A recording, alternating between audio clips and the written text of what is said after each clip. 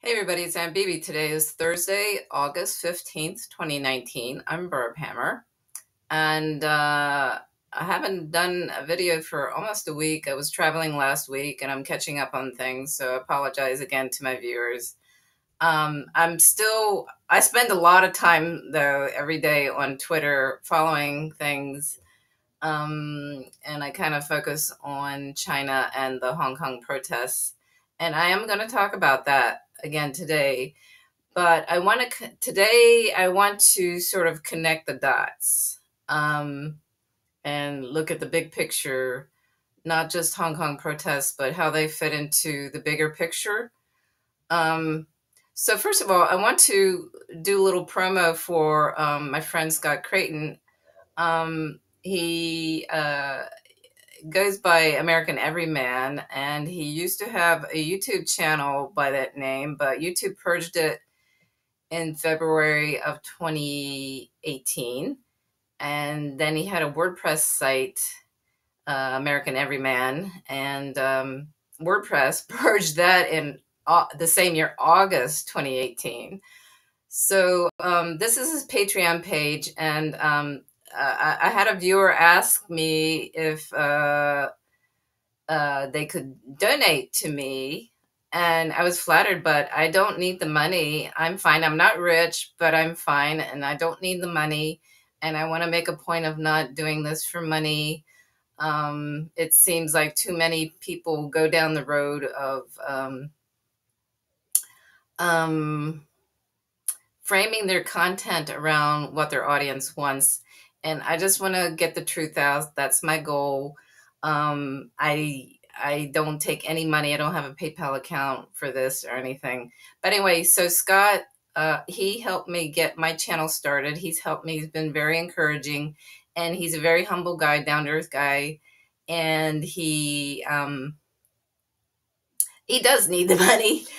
So he does take donations. PayPal, yeah, that's the other thing. PayPal have terminated his account, yeah, because of his website. That was the reason given. And he's being sued. And so he's left with this Patreon account, and he will take donations directly if you contact him by email and ask for his mailing address. And I will give his email. I will put his email in the show notes. But it seems that, especially for people outside of the US or North America, this is the easiest way to donate to him. So anyway, I will put this Patreon account link in the show notes as well. So anyway, on his channel, I want to point out, if you are not watching his channel, if you haven't subbed to his channel, I would encourage you to subscribe to his Church Dog 42 channel here. And he still has the American Everyman cover photo there. So he talks about a lot of different subjects, and Scott has been doing this kind of research since 2005, I believe. So he started out researching 9/11 and how that was an inside job. So he's got a very broad background, and he has actually done 4 videos on China or Hong Kong, and Hong Kong is China. The very first one was this one, and I will put all these links. So he's done 4 videos on China or Hong Kong. So this was the first one he did a month or 2 ago, and it's called Max Blowback Blumenthal Lying About Turkish Support of Uyghur Contras in Syria. So the Uyghurs. So he's talking about the Uyghurs. And then the next one he did was this one about the Yuen Long MTR attack. So the Yuen Long MTR attack was not perpetrated by pro-government demonstrators. And then he did one, let's see, the next one was, yes. So he did this one in response to a video I had just done about a CIA or NED NGO asset operating in Hong Kong. So this one is on the chicken hawks of the NED/CIA youth exploitation programs. And then he just did one today. And it's just what's really happening in Hong Kong. So he gives a good historical overview about the Hong Kong protests. So I will have these links in the show notes, and I encourage you to watch all 4 of those videos. Scott also has, because his original WordPress blog was purged, he has this NomadicEveryman site now where he posts his videos and his writings. And he also posts interesting articles from different news outlets, mainly alternative news. And then I want to encourage you. So I'm not sure all my subscribers or viewers are aware of all the videos that I've done about Hong Kong and China. So I started out, I haven't done this very long, so I started out doing this in early June, around the time of the Tiananmen Square anniversary, 30th anniversary. And so I did this video about Tiananmen Square hoax, facts versus propaganda. That was my first video about China. And then I started to do some videos about the Hong Kong protests. So this one is CIA-backed Hong Kong extradition protests, not about democracy. I think I've done about 8 videos now. So there's 1, 2. This was the 3rd one. Hong Kong protests and other CIA lies about China. Number 3. Number 4 here. France's real yellow vest versus CIA fake Hong Kong protests. So that's 4. Number 5. False flag attack and threat of terrorism in CIA fake Hong Kong protests. 5. Here's 6. CIA's NGO complex behind Hong Kong protests and history of destabilization. So there's 1, 2, 3, 4, 5, 6. Here's number 7. Oh, no, number 7 is here. Profile of CIA asset directing Hong Kong peaceful protests. And Mike Pillsbury, the brains behind CIA NED Hong Kong riots and irregular warfare. So what is that? 8, I think. And I think this is number 9. So I did this video at Umpqua Community College in Oregon when I was traveling.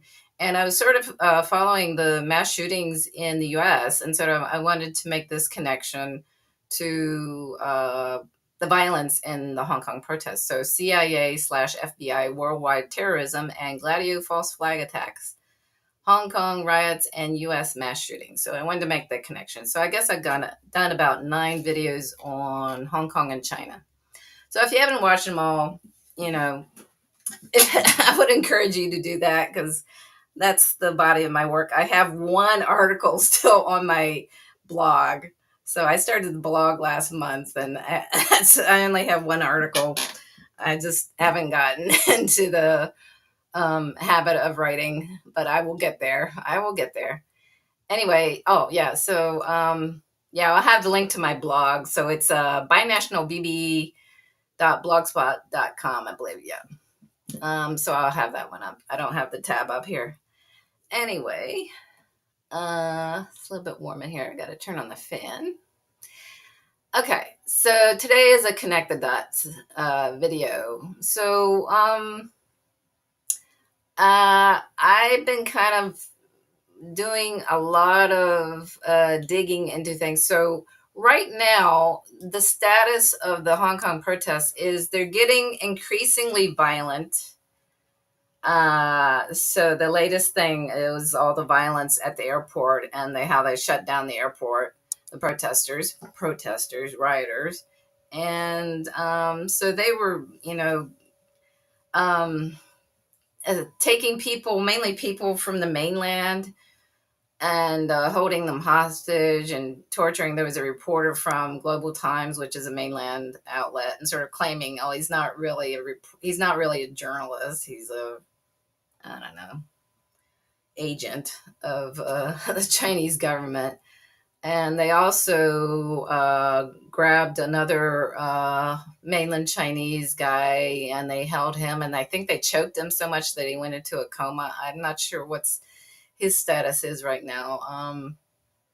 And then one of the protesters got, I'm not sure where this, if this was at the airport, I'm not sure where this happened. She got a, they claimed that she was shot by a beanbag round. So the Hong Kong police, they have these rifles that shoot beanbags. So they're not lethal weapons. And so the media, the mainstream media will make a big deal about when they point these rifles. But actually this young woman, she has this bulge next to her eye in pictures. I'm not going to show it, but and her eye is bleeding. And I think her eye was taken out. Her eye was probably taken out by the protesters, they used slingshots with these metal balls. And she was probably shot with one of the metal balls, because it's not the kind of injury that a beanbag round would inflict. So I don't know. There've been different photos about that. Anyway, so the protests have been increasingly violent, not as big, even though a huge number of people at the airport. But these people, it's not a monolithic group. So you got a core group, you got the ringleaders, you got a core group of very violent people, you got different other groups who are just kind of going along, and the people who are just kind of brainwashed and they don't know, and they think they're protesting for freedom, democracy, and human rights, and it's all just an orchestrated color revolution, a regime change, destabilization campaign. Anyway, so this Moon of Alabama blog is generally pretty good. They've had some good coverage of China. So they're saying that the violent protests in Hong Kong have reached their last stage, and so it could get more violent, but it sort of points out that the numbers are dwindling, and the violence very much resembles the pattern in the Ukraine during that color revolution. And what they're doing is they're trying to provoke the police, or they're trying to provoke um, the Chinese government to intervene the way it did in Tiananmen 30 years ago. So that's what even though Tiananmen, there was not really a massacre, there was violence, but it's because the protesters, they attacked soldiers, and many soldiers died. And that was another regime change operation. Anyway, so it could very well get even more violent, the protests, but the numbers are dwindling. Another thing is that at least one of the ringleaders, who's Nathan Law, he's not even there anymore. So he's off to Yale University in the United States, and that's the usual reward. So that's what happened after Tiananmen, is that the CIA and MI6, they used the triads. Actually, they used triads in Hong Kong, and they smuggled out a lot of the protesters who took part in Tiananmen. Smuggled them, hundreds of them, smuggled them out through Hong Kong, I think to France maybe, and then to the US and maybe UK, and they were rewarded with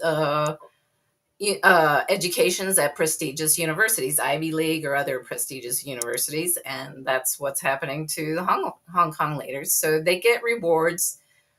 So they've already lost at least one of the leaders, who's off to school now.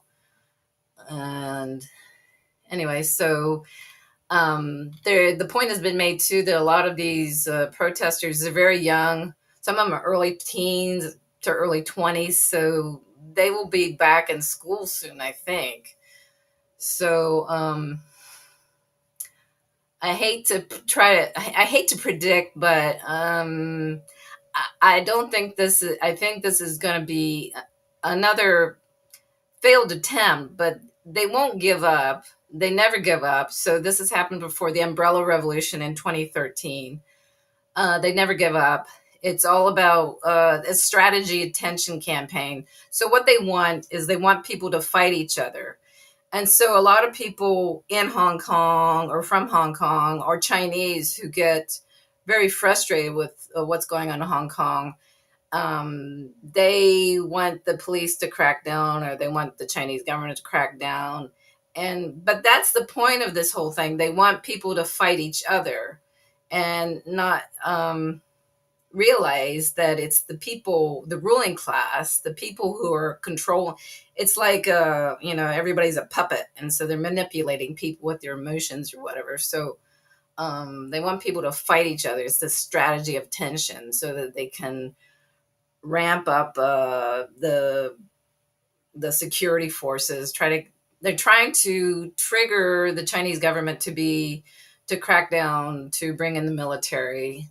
There's actually been there's a viewer of mine who's offered me some links, and I hope he doesn't think that I don't want to name him, because I don't know if he wants to be named. I'm sure he's frustrated because he gave me some very good links about these protest methods, supposedly nonviolent, but trying to provoke violence, I think. And there is a figure named Gene Sharp. And so this viewer has given me this name and some links, and I've looked him up. I haven't really looked at everything yet, but don't worry. This is very interesting. I've been wanting to do something about the tactics that they use, because even though this is Hong Kong, they're gonna keep doing this sort of thing. In other countries, they will keep doing this with China. They're constantly doing this, trying to destabilize and create conflict. And it's all in the framework of, so the trade war has really ramped up the tensions. So China is going, if it isn't already, it will soon be the #1 economy in the world. And there's an increasing trade war, or escalating trade war with China. And so that's why you're seeing so much tension and so the protests and so much coverage in the mainstream media. And beware, when you see protests covered in mainstream media, they're fake. And when you see US politicians support protests like this, they're fake. Yeah. Anyway, so that's just my take on it. So that's how I can tell if something's fake. Oh yeah, Hillary Clinton has been supporting the Hong Kong protests, and damn well Hillary Clinton supports the Hong Kong protests. They're fake. Yes. What else do I want to say today? Oh yeah, so I'm connecting the dots. Anyway, I've been digging into Gladio events. So that video that I did at the community college in Oregon, I was talking about Gladio events, and it's like a terror campaign. So in Europe at the end of World War II, they recruited Italian fascists and Nazis. The CIA and MI6.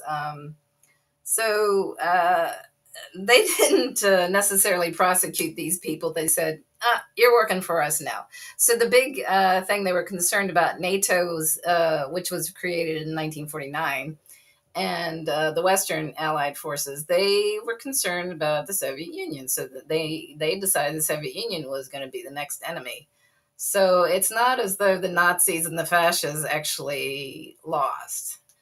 So this is the thing, Operation Gladio, and it's really was quite a scandal in Europe, and no one would really suffered any consequences over it. So they were like they were called NATO's secret armies. So these were terror cells, actually, and they were initially supposed to be the resistance if there was a Soviet invasion of Europe. But then, since there wasn't a Soviet invasion in Europe, the enemy became communists, the Communist Party, left-leaning parties. And so they would terrorize, they would carry out these mass shootings and bombings in Europe. And most of this came out in Italy. That's why it's called Gladio. It was called Operation Gladio. And it was strategy of tension, which is actually an Italian term. So the goal was to carry out these attacks and blame them on communist or leftist groups. And then it was being used as an excuse to increase the powers of the police. And the same thing, so there was Operation Gladio. There was also Gladio B that started, I guess, in the early 90s when the enemy was no longer the communist bloc or the Soviet Union. It became, they decided to create the new boogeyman was going to be radical Islam and Muslims. So that was Gladio B. And Gladio B ties in with China because part of that was to destabilize, or still is, to destabilize Russia and China. So there are Muslims in Russia, Chechens, and maybe other groups, and the former Soviet republics, Central Asia. So it was to destabilize the Caucasus, Chechnya, and the Soviet republics, former Soviet republics in Central Asia, and then that. Also, that they destabilize Xinjiang province in China, where the Uyghurs, the Muslim Uyghurs, live. So this is Gladio B. So it's to promote to radicalize Muslims in Russia and China and in other places in the Middle East and in Europe. But part of Gladio B is to radicalize Muslims in Russia and China, because Russia and China are the big rivals for the United States in the West.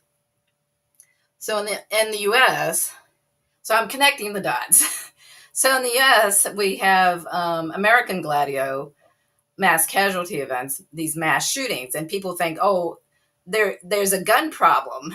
There's a problem with gun ownership in the U.S., and we have to grab the guns. No.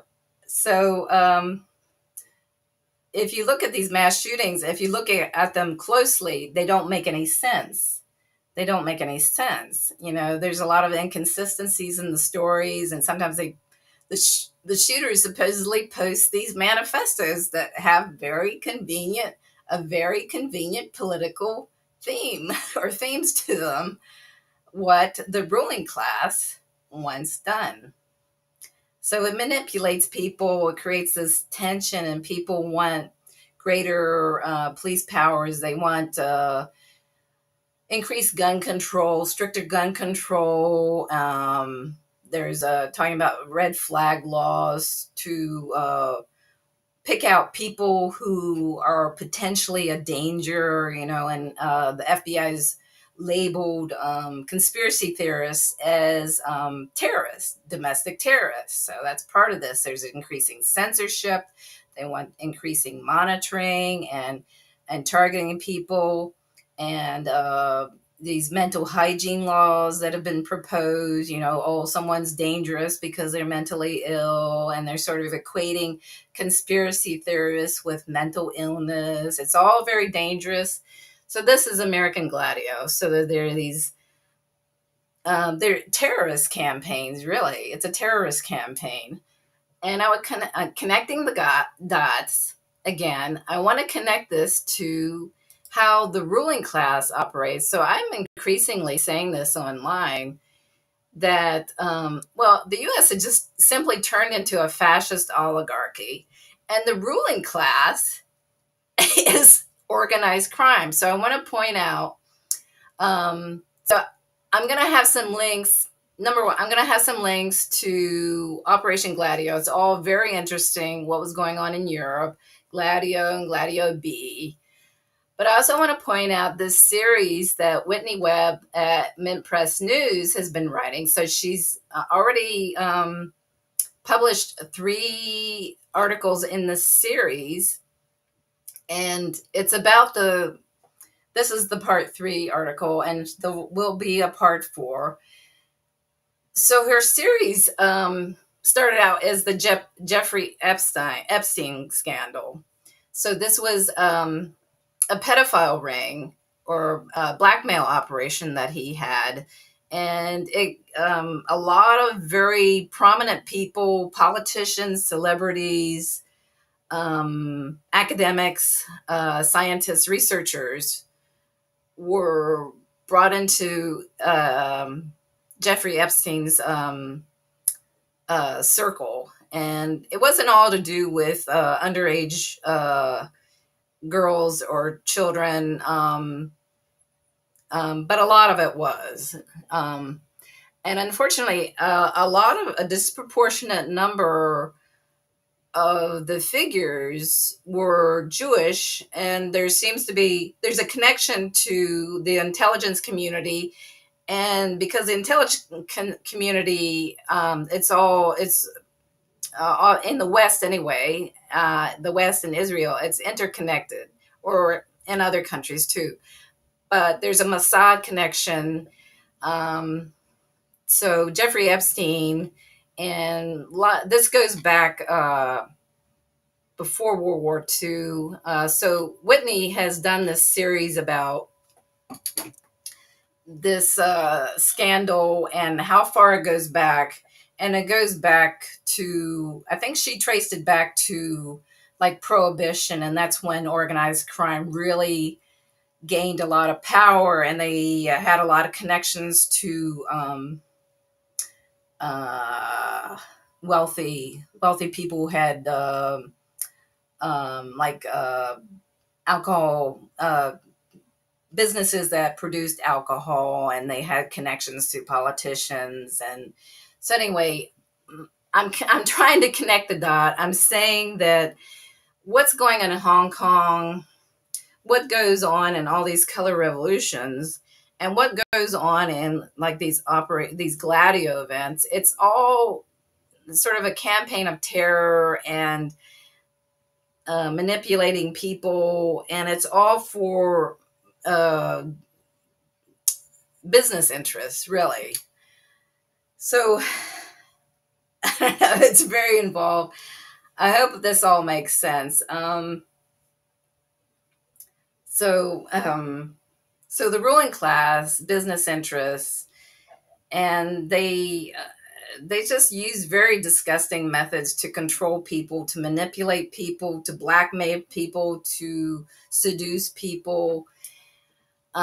So we're all being terrorized, and I just want people to wake up and kind of see what's going in other parts of the world and how it's all connected. Anyway, so I will be talking more about Hong Kong and exactly in more detail about what's going on there. One figure I'm going to talk about is,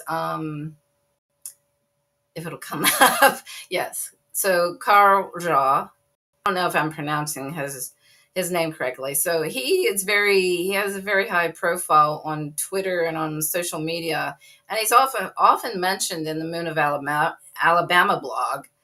But there's some things about Carl that are a little bit off, and I've had some interactions with him. And, I'm not Chinese. I don't know Chinese. So he knows China, and he will talk about history, and he'll make some observations about the Hong Kong protests. But that's as far as I'll trust him. He kind of promotes some things that aren't really kosher, I guess, in other parts of the world.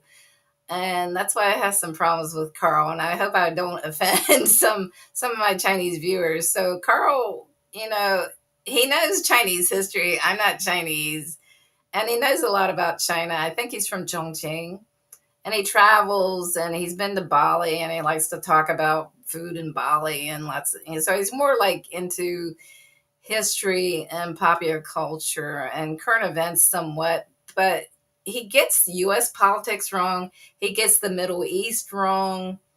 And he's getting mixed up with some unsavory characters, unfortunately. So anyway, I think that's all I want to say for now. So once again, if you wouldn't mind, so if you like what I'm doing, please support Scott. He does good work, and he understands the problem, all he understands all the propaganda about China. And